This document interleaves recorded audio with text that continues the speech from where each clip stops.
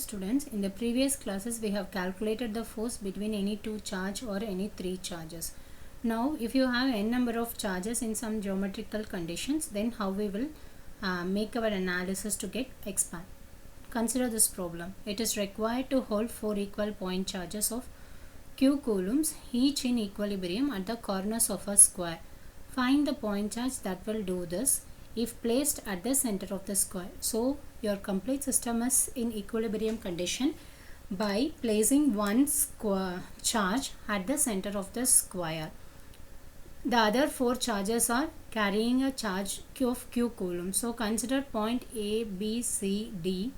All the four corners are filled with a charge q, q, q, q. You are going to place one more charge at the center of this square, which is going to make the system in equilibrium condition. That is the main focus towards the problem. Now when we have identified, we can take this place, we can take point C. Before we solve this problem, first we should frame the ordinates of the system. If this is going to be the ordinates, since it is a square, all the sides are equal, so you can keep it as D, D, D, D. The angle between the two sides in case of a square is 90 degree. Since it is a half, it is going to be my 45 degree, and I can identify the distance OA and OB. So after identifying, we are going to get D by root 2, here also D by root 2, here also D by root 2, here also D by root 2. It is the origin, it is the center point. After the origin, whatever ordinates you are getting, make it as positive. Before the origin, it is negative. So it is going to be 0, 0, 0. Then what is the ordinates of point A? The ordinate of point A is 0, it is at a distance of D by root 2 before the origin. So we can write it as minus D by root 2, 0. And the ordinates of C is 0, D by root 2, 0. And it is placed on your z-axis. X-axis is 0, y-axis is also 0, and this point B is placed at a distance of D by root 2 from the origin in z-axis. So we are writing it as D divided by root 2. Same way, the D ordinate is 0, 0, minus D divided by root 2. And the system is said to be in equilibrium position. The net force acting on any point charge. So whatever, since the system is considered to be in equilibrium condition, the net force acting on any of the point charge is going to be 0. We can consider this is the point charge where all the forces are going to get exerted, which is equal to 0. So Fc is equal to 0. Fc is equal to FAC plus FBC plus FDC plus FOC, which is equal to 0. In all the terms, Q into Q, because all the charges are Q, right? So FAC is Q into Q, 9 into 10 to the power of minus 9, and divided by distance square, it is your unit vector. Same way for FBC is equal to Q into Q, epsilon naught into epsilon r, 1 divided by 4 pi epsilon naught into epsilon r is going to be 9 into 10 to the power of 9, and the distance between B and C is going to be D, so D square, and it is your unit vector. Same thing when FDC, Q into Q, 1 divided by 4 pi epsilon will simplified as 9 into 10 to the power of 9 divided by D square, D divided by root 2 AY plus D by root 2 A is divided by D. So it is going to be your unit vector. Here FOC is nothing but force between these 2 points. The charge available is Q1 over here. So Q1 FOC is equal to Q1 into Q into 9 into 10 to the power of 9 divided by the distance between O and C is D divided by root 2 whole square, and it is going to be my unit vector. So just add all the forces to identify my force Fc, which is equal to 0. So when you substitute, you will get Q into 9 into 10 to the power of 9 divided by D square, Q by 2 plus 2Q1 plus 2Q divided by root 2 is equal to 0. This complete term, when you take towards your right hand side, it is going to be 0. So when you consider this equation, Q divided by 2 plus 2Q divided by root 2 plus 2Q1 is equal to 0.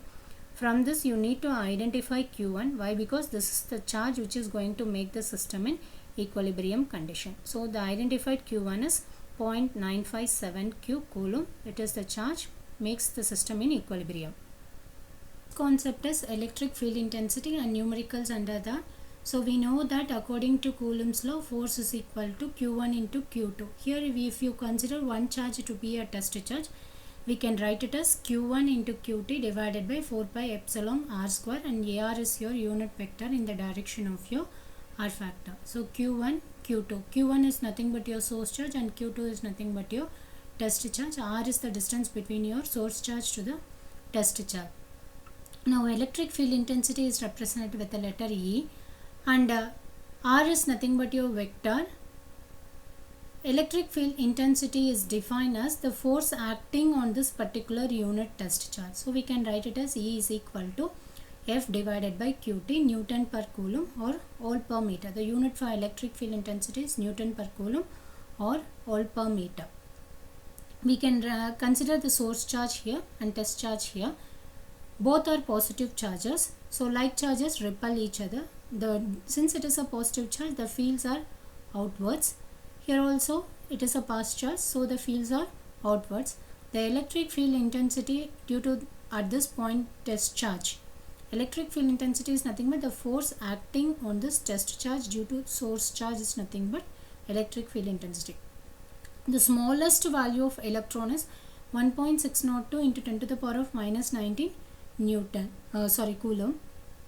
Now if you make the test charge to move from one point to the other point in the presence of source charge, then there will be two fields. One field is due to the source charge and other field is due to the test charge. Suppose you are moving here, it is also a charge, this is also a charge. Here also a field will get exert due to this positive charge. Here also a field will get exist due to the positive charge. Suppose if you are moving this test charge in the presence of this source charge, two fields will exert. One field due to the source charge and other field due to your test charge. So here the test charge can be small, but it is not equal to 0. So we have to assume the test charge to be 1 Coulomb. So that time we can write it as EC is equal to, when 1 Coulomb is largely and is analyzed as follows. C is equal to epsilon naught epsilon r A divided by D. It is nothing but Q divided by D. C is nothing but your capacitance constants. We can write when Q is equal to 1 Coulomb, Q by V, Q is equal to epsilon naught epsilon r V A by D. In the place of Q, you can substitute epsilon r V into A by D. You keep this epsilon naught, you bring towards this side. So when you do so, you are getting Q into 1.129 into 10 to the power of 11. So 10 to the power of 11 is the order of the magnitude of your charge. Consider epsilon r is equal to 1 free space. That time you will get V into A by D is equal to Q into 1.129 into 10 to the power of 11. To design a capacitor of an electronic circuit, the voltage V can be considered as 5 volt or 10 volt. So if you consider this A by D, you are getting 10 to the power of 10 order of magnitude. A by D is nothing but the separation of the magnitude and is of the order 10 to the power of 10, whereas hydrogen atom extent is approximately 3 Armstrong. If this is the case, the required area is large for a smaller diameter and the complete area should be filled with the hydrogen molecules to store 1 Coulomb of charge. So Qt has to be sufficiently small, but it should not be equal to 0 and it should not disturb the original field. The different types of charge distributions are line charge distribution, surface charge distribution and volume charge distribution. These three types of charge densities already we have seen. We can see one more time also. Rho L is the line charge density, which is written as Q divided by L, which is equal to dQ divided by dL. To identify the charge, Q is equal to integration over the line rho L into dL. Rho S is nothing but surface charge density, Q divided by S, which is equal to dQ divided by ds. Q is equal to integral over the surface rho S into ds. Volume charge density is represented with rho V, Q divided by V, dQ divided by dV. So Q is equal to integral over the volume of space rho V into dV. So far what we have seen, it is the concept of your line charge distribution, surface charge distribution and volume charge distribution.